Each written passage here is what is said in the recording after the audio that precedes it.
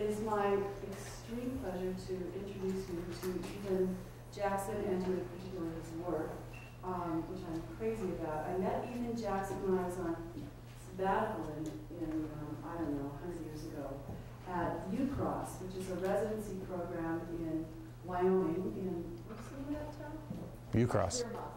No, Claremont, that's right. Katie has been to UCross as well. And I love Ethan's work. It's this wonderful combination of kind of very savvy technological work and really kind of handmade, completely sort of caveman style stuff. So you'll see both, you know, various digital work and much more inventive, not more inventive, differently inventive kinds of solutions to various problems. Ethan went to Williams College and did his graduate work at the University of Colorado in Boulder and survived both of those things and managed to become an artist anyway. So now it's your turn. All right, thanks. Welcome, Ethan. So is this mic still working? Do it. Talk about the show. I'm not that bright. I forget a lot of things. Ethan's work is included in an exhibition called Invisible, which is in the NIU Art Museum right now. We're still madly hanging a few of those pieces, and several artists actually in that show are from the UCross residency, and also some are homegrown. So please come join us on Thursday for the opening at 4:30, and again at 6, there'll be a roundtable discussion of the 4 of the artists who are included in that show.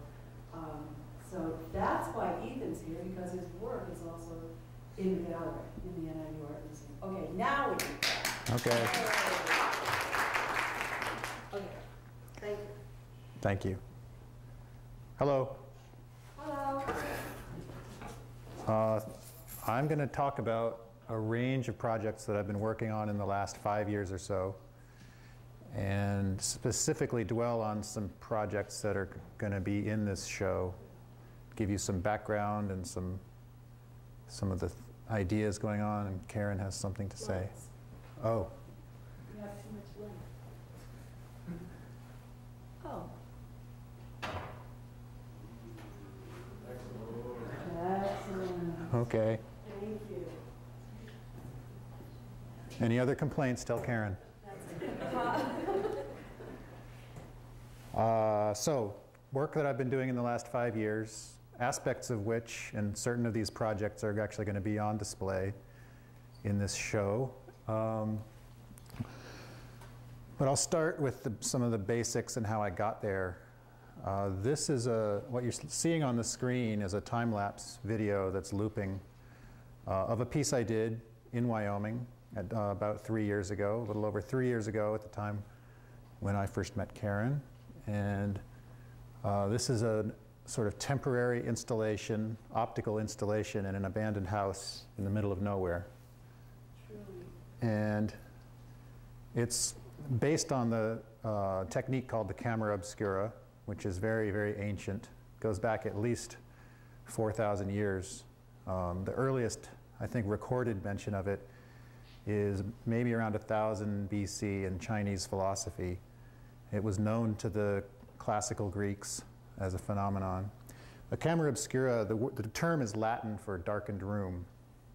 And the word camera obscura is what gives our modern day photographic cameras and video cameras their name. The phenomenon is essentially a natural passive projection. Anytime you have a darkened room and an opening on one side, some kind of image will be formed. And if the hole is the right size and the landscape is bright enough and the room's dark enough, or you sit in the room long enough, you'll see an image on the wall. The earliest camera obscuras were done with nothing but empty holes in the wall, something like a modern day pinhole camera, but on a large scale. And around 1500, give or take 100 years, glass lenses started to be made, which had the property of focusing images. So once that lens came to be and people started inserting those lenses into the holes, you could get a much brighter image, much sharper. And that was really the birth of what we now think of as photographic vision, the objective image created by physical action of light focused through a lens. And that's something that we're all now so familiar with, because almost all of the hundreds of thousands of images we see every day are photographic images made with lenses. And some people would argue that every image you see in your head is actually a photographic image made by the lens of your eye, projecting by the same principle onto the retina at the back of your eyeball. My goal, or the reason I came to this work, was through teaching photography and sort of digging further and further into the foundations of photography, and finally started to make these camera obscura rooms with my students. And once I sort of scratched the surface with that, I just decided I wanted to start making work that was about creating a space that you could enter and immediately see the kind of true magic of photographic representation without any of the other photographic trappings. No darkroom, no film, no camera equipment. It simultaneously made something sort of spectacular and immediate. I'm going to take that image down and I'm going to skip into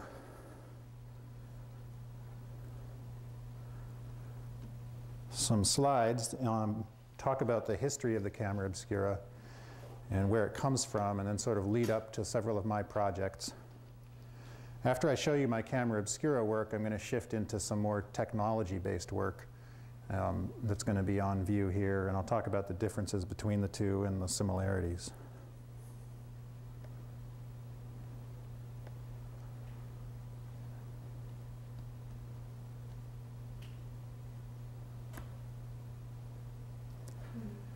This is a drawing probably from the 17th century illustrating the camera obscura in principle.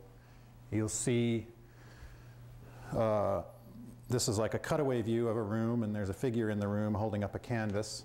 Presumably that's a canvas because it looks like it's about 3 inches thick, which suggests that this is an illustration teaching painters how to use the camera obscura as a shortcut to graphing out an optically accurate design on a canvas. You see the principal object in this landscape is the dome, and that dome is inverted upside down on this canvas here through a small hole in the wall. There's no obvious mention of a lens here, but we can presume that there would have been one. One of the things that often confuses people about natural projection through a small hole or through a lens is the inversion of the image. And just to make it, give you a quick clue as to why that always happens, think of rays of light passing through this small hole. If there's a ray of light that starts high on the peak of this dome and it's going in a straight line, whether there's a lens in there or not, or it's just empty hole, it's going to continue going in a straight line and strike lower down on this canvas. If the ray of light starts low down in this town here, it's going to pass through that in a straight line and hit somewhere higher up on the canvas, and so on for every other point visible from that point of view.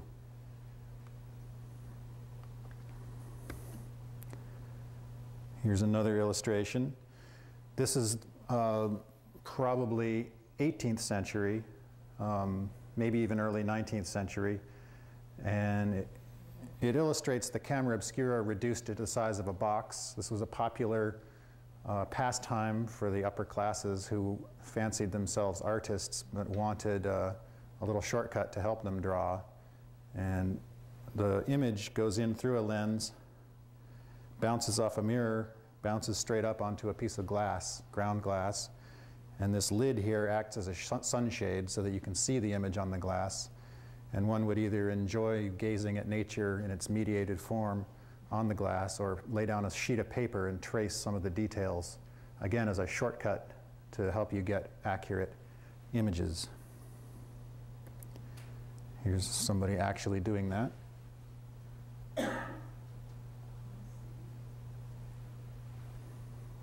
I should say now that I'd love if you ask questions as I go along. If anything's unclear or you just want a little more information, I kind of prefer a conversational talk rather than a monologue style talk. So please speak up if there's anything that you want to hear more about or you have a question. And I'll give more time for questions and answers at the end. Ethan, I have a question already. Yes?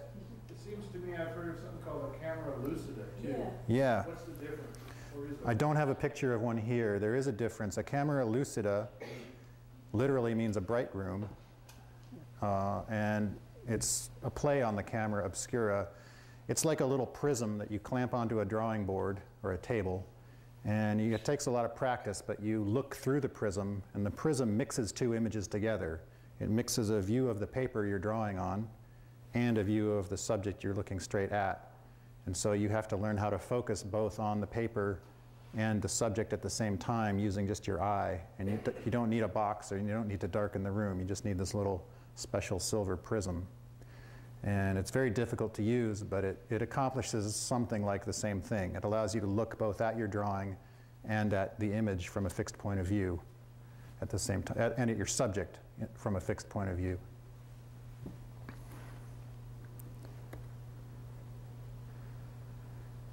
This is an illustration of the use of a camera obscura in sort of Enlightenment period scientific research. What's happening here is there's a lot of scientific instrumentation lying around, but what's up here on the wall is a lens mounted in a telescope shooting an image of the sun onto a board on the wall.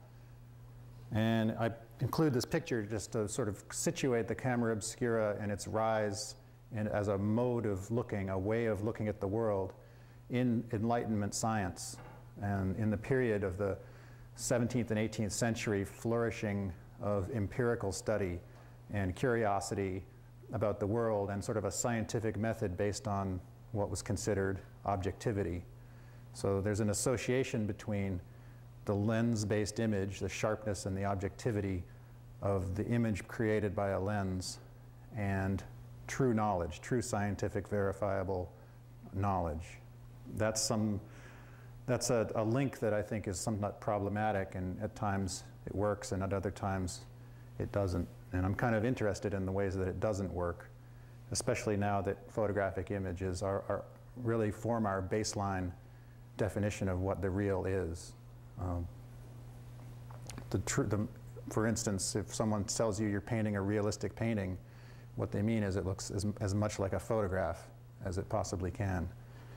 I would deeply question whether photographs really show us reality. And I think that's sort of one of the underlying questions that goes through my work. Here's a kind of a strange contraption this guy has on his head, which is basically a camera obscura that he wears like a snout, and gets up inside. The lens down at this end, projecting onto glass, and he's in there, obviously straining to focus his eyes on his drawing.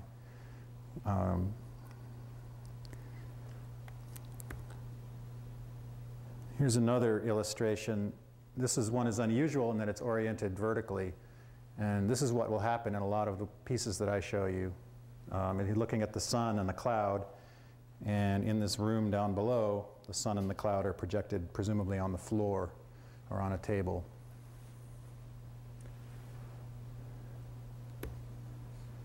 Yet again, this is a nice illustration because it kind of suggests the single point perspective that we associate with the Renaissance, and in a certain kind of engineering drawing that becomes popular at that time. And a lot of this stuff is driven by ballistics and military research. And this is an illustration talking about, among other things, it comes from a book that's about how you figure out how to launch projectiles at castles on hills. And you have to figure out how far away they are, and you have to be able to sight them from a hidden location. So the use of a camera obscura as a way to stay hidden but still watch your enemy. Presumably this guy is the enemy, and he is armed. Seems like being in an elaborate building with flags on top of it might not be the best place to hide. Yeah, but it's got nice thick walls. And you're the one with the cannon, not the other guy. Yeah. Now, this is another whole side of this, and really the important side. I love the history and the background. It's endlessly rich research, but one of the things that I think is beautiful about the camera obscura image is the ways in which it is unreal and imaginative, and excites the imagination, and it reminds me of this famous part of Where the Wild Things Are, where in his anger and resentment he goes into his imaginary life, and the walls of his room dissolve into a forest, and he escapes that situation. So in my interior architectural camera obscura work, that's part of the idea, is to take the confined inner space and illusionistically open it up. There is a lot of precedent for this in art history. This is a Karachi ceiling in, I forget which church it's in, but everything up to this point, everything out here, up to this point is real architecture, and everything from there across is just a flat plaster ceiling with fresco painting. But the fresco painting is calculated in such a way that it's going to appear from standing below to extend the architecture upward, give you the illusion that you get to see up into heaven, see beyond the limits of the room and beyond the limits of the world. That process of distorting a painting so that it has a certain, so that it looks right from one point and from other points it probably doesn't, that's called anamorphosis, and that's something that's going to be a part of another work I'll show you towards the end of this. Here's another work of illusionistic architectural painting using anamorphosis. This is a Tiepolo, and I believe it's in Germany. The real architecture ends at this kind of lintel cornice, and then these statues, and the rest of the ceiling from there up is just a gently arched fresco surface. So all of that sky and all those angels flying through the air and the dramatic leaps and this other architecture is completely imaginary. And that really excites me a lot. The idea that the very perceptual tools that are used to make painting seem realistic and to model the physical science of seeing can be, with just slight alteration, used to completely baffle your senses and extend them and push you over the edge into a completely imaginary reality. And a lot of this same science that is known very well to these early painters is the science that goes into CGI visualization and being able to design things that will look like reality when they're animated by computers. And on the subject of illusionary vaults, this is a Mimbris ware pot from the southwestern United States that was a burial pot. It's a bowl that was made specifically for burial, placed over the face of a dead person with a hole punched in the bottom. And it resonates with the camera obscura in a number of ways, from having an aperture in the center, and from its roundness, and from the idea that when you lay down on your back and look up, you're looking at the vault of the sky. And the punching of that hole in the center gives you a place for your thoughts, your imagination, your soul to see its way into some other universe, or the universe beyond the earthly limitations. So that's sort of my quick background on the camera obscura. I'll show you several pieces in reverse chronological order that I've done over the last 5 years or so. The first was done recently in Denver, Colorado, on the campus of the Rocky Mountain College of Art and Design, and that campus, which the school took over at about 5 or 10 years ago, was originally built at the turn of the 20th century as the Jewish Consumptives Relief Society, and was a major sanatorium for tubercular Jews from the New York area. It was supported by charitable organizations. It's a really interesting campus. At the time that it was built, it was way out in the country west of Denver. Now it's very much in the middle of suburban Denver. The building that you're seeing there, they call it the rotunda. It's got about a 50-foot diameter round chamber with these tall windows. It was used as a sunroom for terminal patients who would be wheeled in there on their beds or in wheelchairs and set in front of these windows. And the roundness is set up in such a way that all day long sun comes in one way or another. So there's plenty of sunlight. The theory being at the time that exposure to sunlight was one of the only things that could cure tuberculosis. There was even talk, and I couldn't find any pictures of these things, of using little mirrors mounted on the windows to reflect sunlight into the mouth of a tubercular patient so that you're somehow inhaling the light would cure your lungs. I did this piece in collaboration with a good friend of mine who teaches also in Colorado, named Scott Johnson. What we did was look at the history of the site. This is a period photograph of people inside that room being lined up in front of the windows on those incredible beds and an artfully placed wheelchair in the center of the room.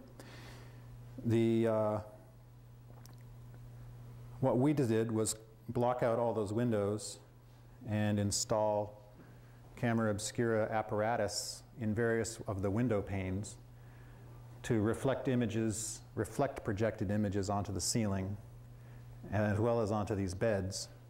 And the beds we tried to find beds that would resonate with that institutional confinement, that sense of early medical attention.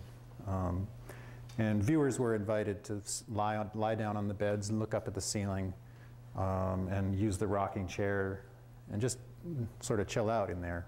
It's a very contemplative mood, almost always in these camera obscura spaces, because the light's relatively dim and it takes your eyes some time to adapt to the light, and then you start to see more and more detail. And doing this in Denver, where it's very frequently sunny, is a real plus for this kind of work.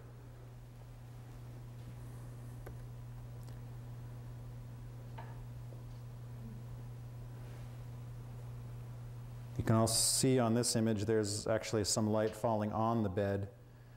It was very, very hard to document, but in addition to the light being bounced onto the ceiling, the clouds and sky and treetops were also cruising across the covers on the beds.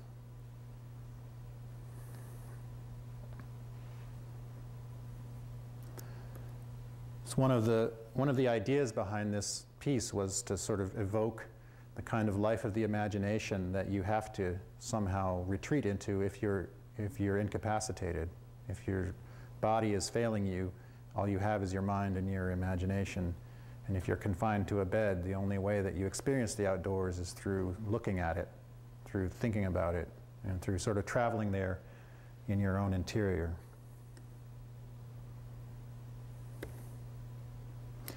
I'll pause that and give you some video on those.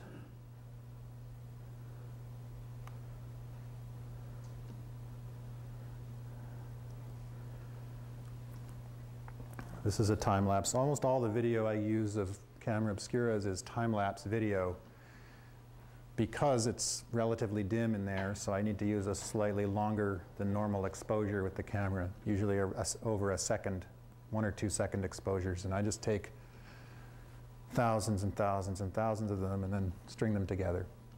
It gives you a sense of the change in the light over a day and of people in the space.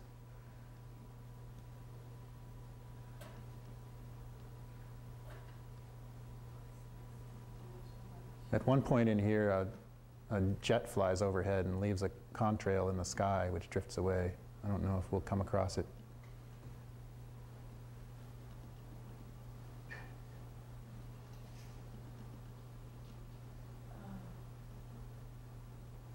This piece also took place starting in sort of towards the end of September and ran all the way through the end of November. So during that time, the treetops were, at the beginning they were green and leafy, and at the end the trees were bare. So throughout this time the fall color came through. And really it was the change in, it really gave you an opportunity to see the way the angle of the sun changed the feel of the room as well as the time of the day, because the sun would come in one side of the room in the morning and the other in the evening. Here's another. This image is taken at dawn.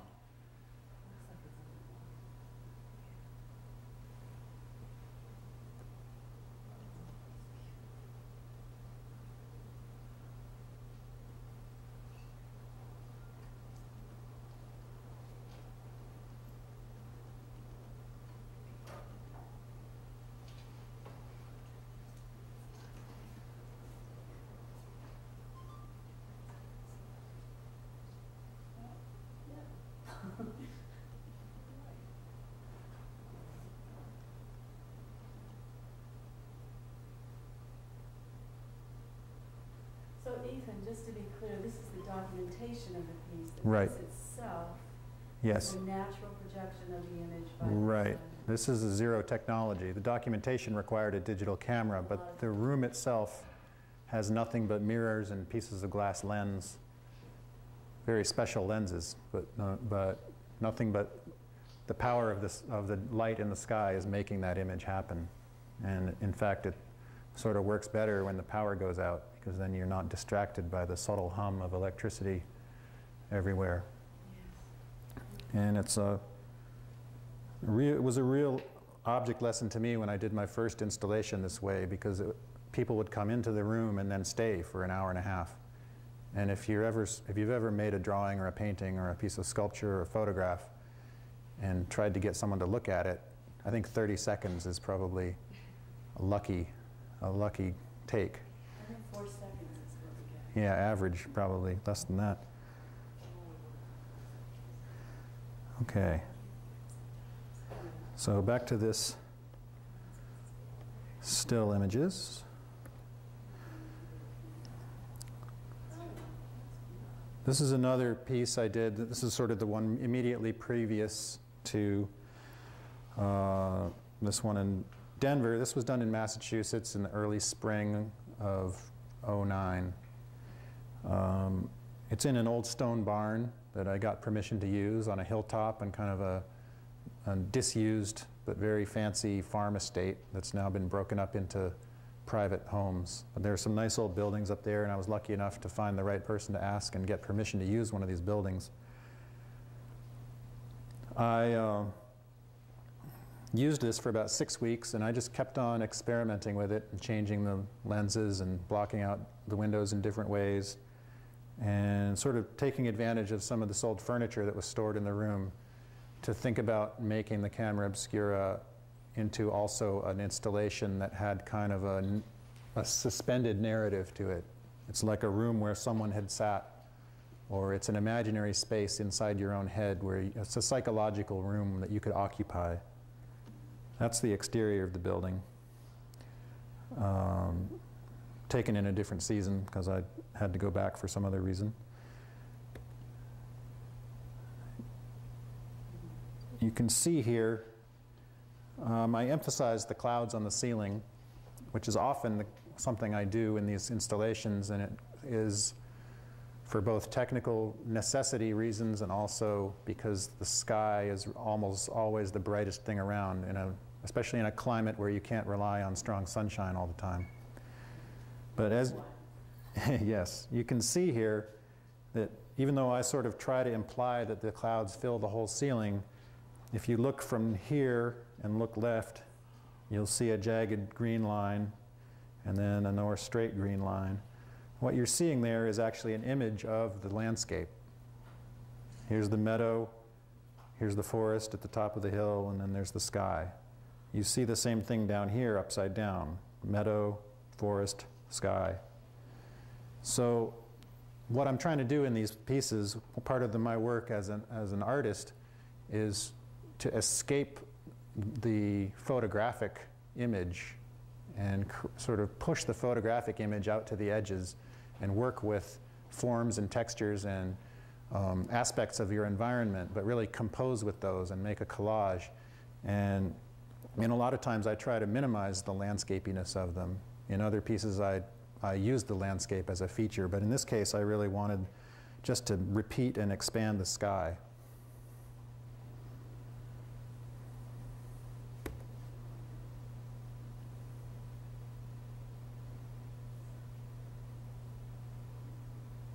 It's the documentation often takes on a kind of surrealist quality.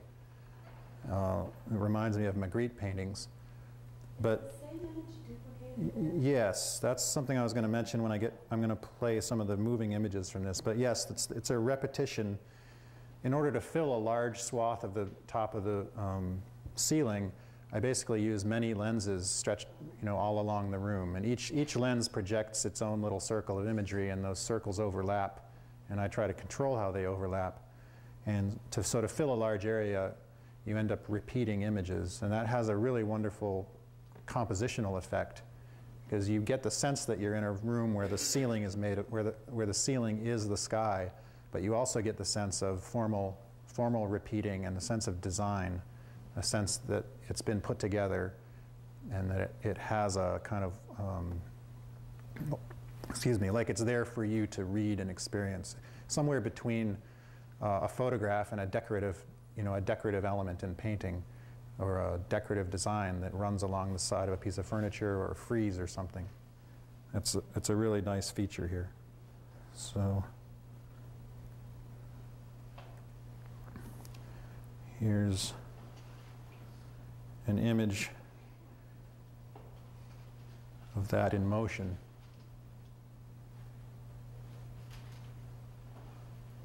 I think, as I recall, there are 7 lenses running along what is the right-hand side of that room as you're looking at it, mounted in the windows. So there are 7 different projections on the ceiling and then extra ones at the end wall.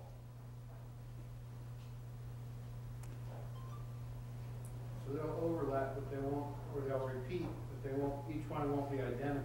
Right. Your point of view is slightly different. Yeah. With something far away like the clouds, it's essentially the same. But with something closer at hand, it's a little bit different.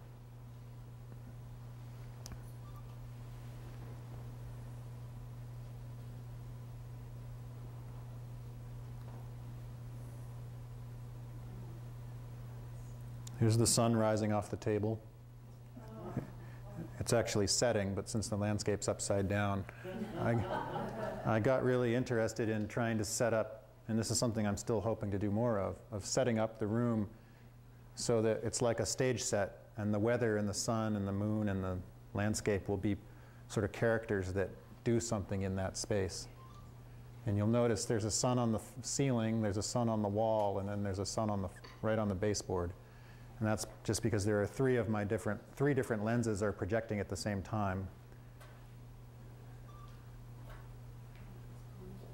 And then the sun goes down and show over? Yeah, I don't know if the time lapse lasted long enough.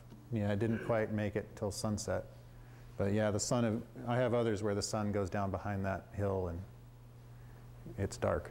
Would there be any way to capture the moonlight? It's a question of having the bigger, better optics, and I don't have that.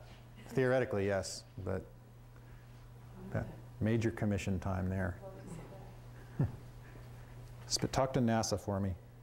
The Hubble lens, right?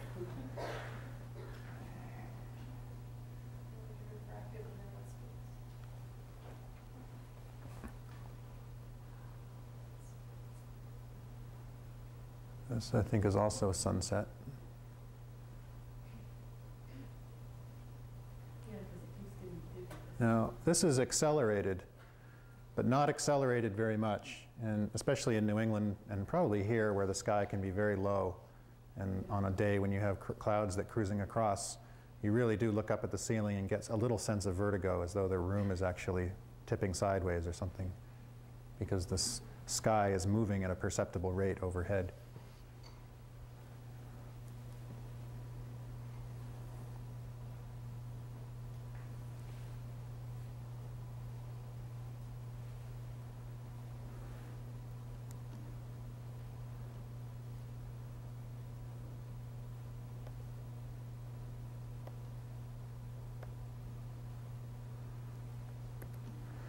So this is the exterior of the house in Wyoming, where I did the piece that I opened with, and I'll show you a little more of it. Probably the nearest dwelling that anyone occupies is 8 miles away from there. So it was a lonely place to work, and not very many people got to see the work that was done there. Karen was lucky. I was lucky. That's part of this kind of work is there are two branches. There's a branch of the work that's done sort of in private and for the sake of the documentation, or in which the documentation is really the only lasting part of it, and there's really very little audience. And then there are other pieces where you get lucky and you can do it in a publicly available open space in the right place and time to get a lot of viewers. And this is one of the former. And that's an image that is, I think, basically the image, one of the stills from that video, which I'll go back to.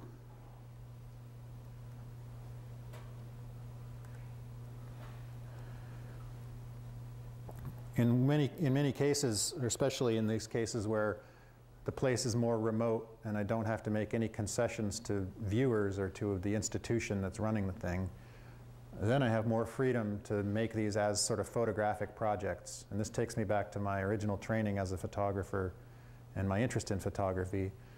I get to spend my time composing the image, waiting for the right weather, getting the time lapse, and then in this case I've shown this as an independent artwork, just as a video loop that slowly unfolds endlessly, and I show it on a flat panel on a wall, so it has the sort of formal presence of a photograph, although it's a photograph that changes as you wait and look at it.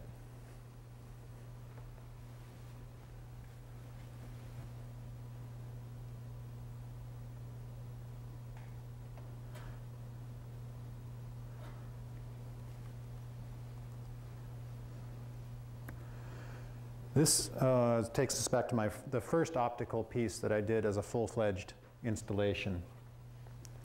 This is at the Vermont Studio Center in Johnson, Vermont, and I did this in 2006. This is a building that was originally built as a congregational church in 1840. It later became an opera house, and even later became the town hall, and then it was more or less abandoned, and then it became part of the Studio Center residency program, and they use it as a lecture hall and presentation space. There are 8 windows on each side of the main building, adding up to 16, and that became the title of the piece, 16 Windows. And this is a view of the interior of the space. It has a high ceiling, a balcony, and then a sort of ceiling underneath the balcony, and then some of the windows that you see here. And I very intentionally wanted to recall the Italian frescoed church ceilings in which you look up and you see through the building and into the heavens. I also made a sort of two-tiered composition where the images on the higher ceiling didn't include any of the neighboring architecture or buildings. It included only sky and treetops, whereas down below in the more closer reached realm, you see the building next door. There's a closer view of that. Here's a view of the whole space.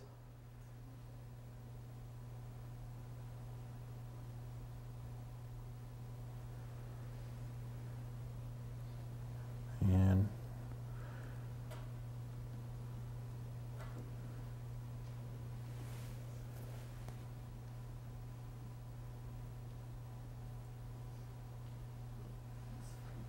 that's in action.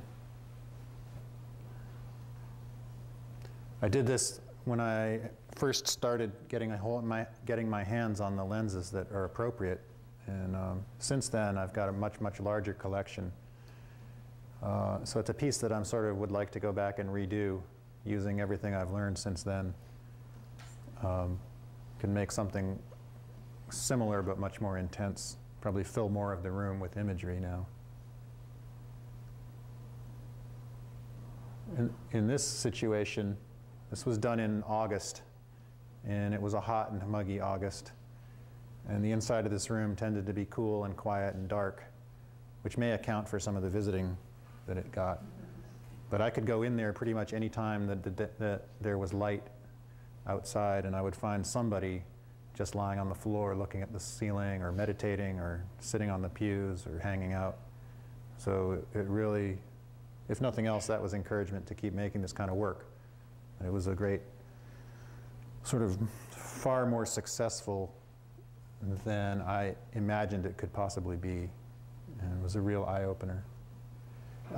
In answer to the question about each lens projecting its own little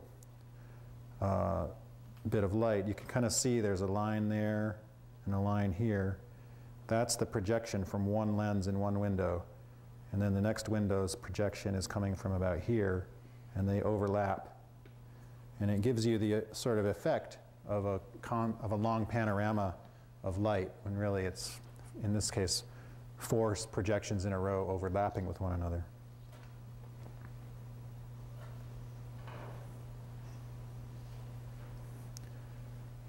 There's the animated version of one of those stills.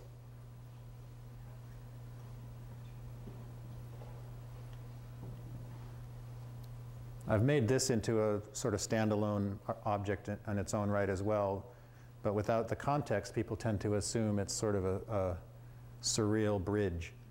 Yeah. They read the balcony rail as a bridge railing, and I guess the sense of flow from the water and the sky leads to that kind of reading, which is fine with me. Once the work is sort of divorced from its origin, it can be read any way that the image wants to be read, and it has a very dreamlike quality that I really like.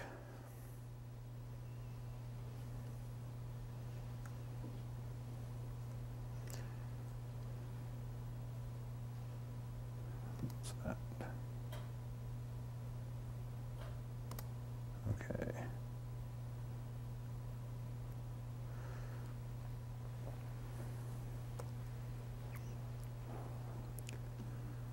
So I want to go back and talk a little bit more about this this notion that I mentioned earlier called anamorphosis.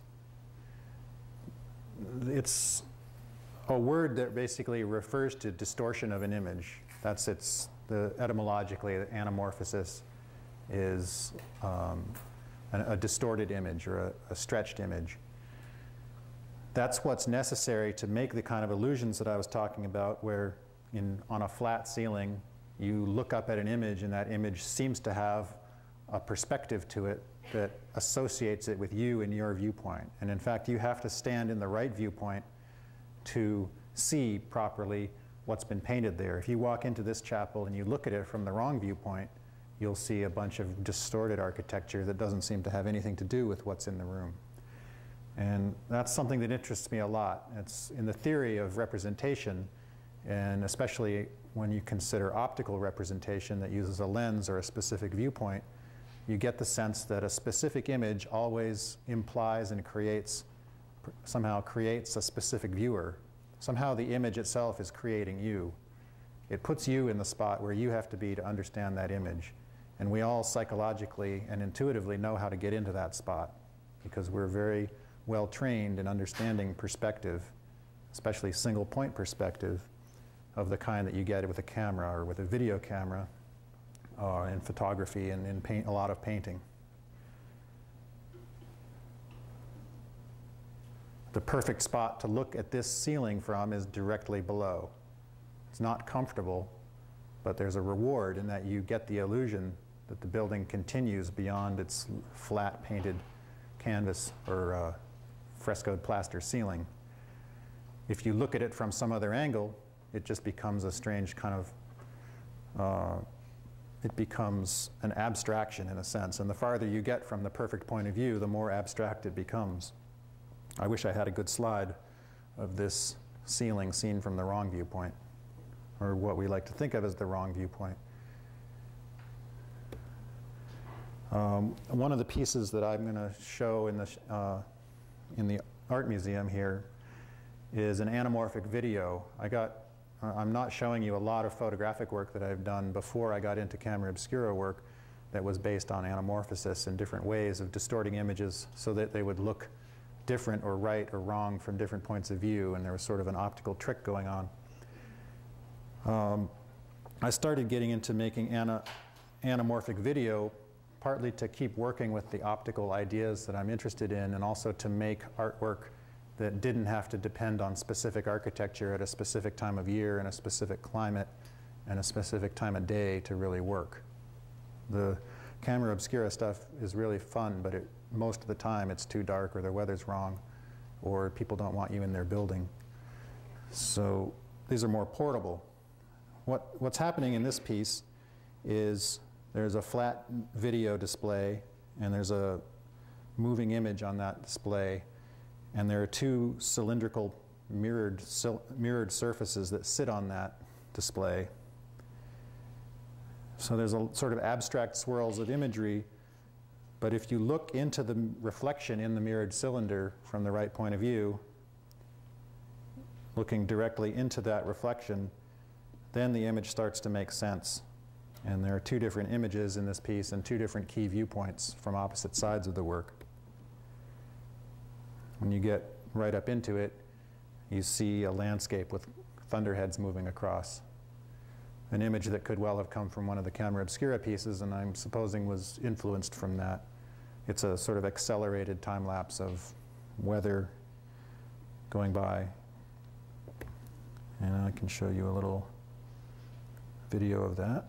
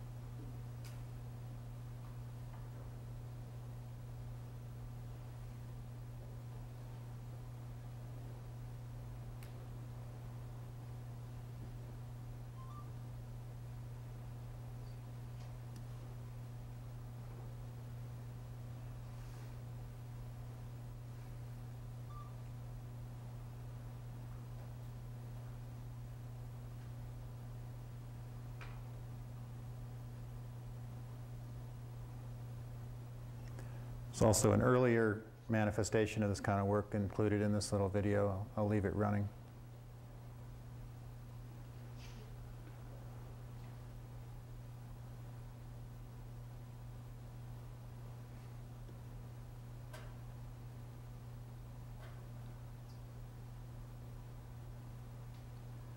The imagery in this piece was generated through Google Earth, and it's sort of flyovers of specific geographical areas. The dream would have been to hire an airplane to actually make that image with real video, but I had to simulate it.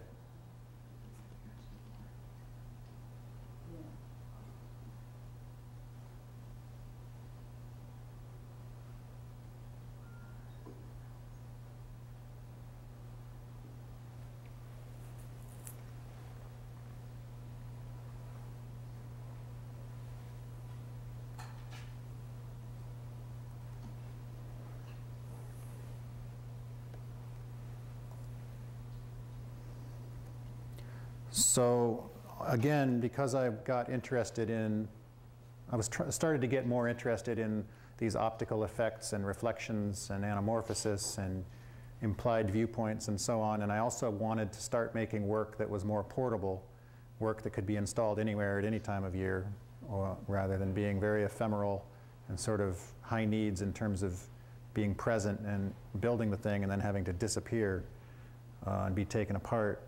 I decided to try doing some interactive video. So this is really my first piece that's an interactive video. It's now in its third iteration and has been developed all along. It's called Echo Pool.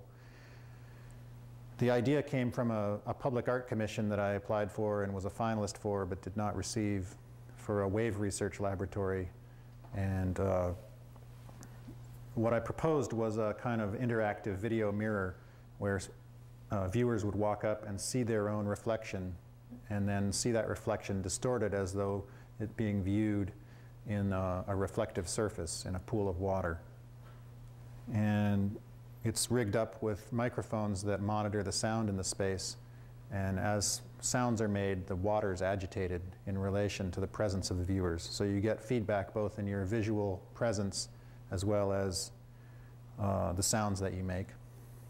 And people really get off on it. It's really a lot of fun to watch what people decide to do. The reason I was given for not receiving the commission was that the committee felt that children would be likely to make noise if they saw this piece in the lobby of the building. So that was the only thing they could say. The last version of this piece had 2 channels, and I'll be doing a version of this piece in the show here with a single channel. And I'll close with a little video from this and then answer some questions.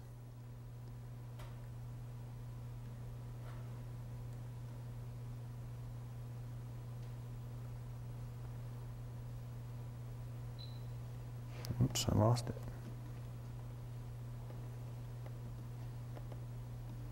There it is.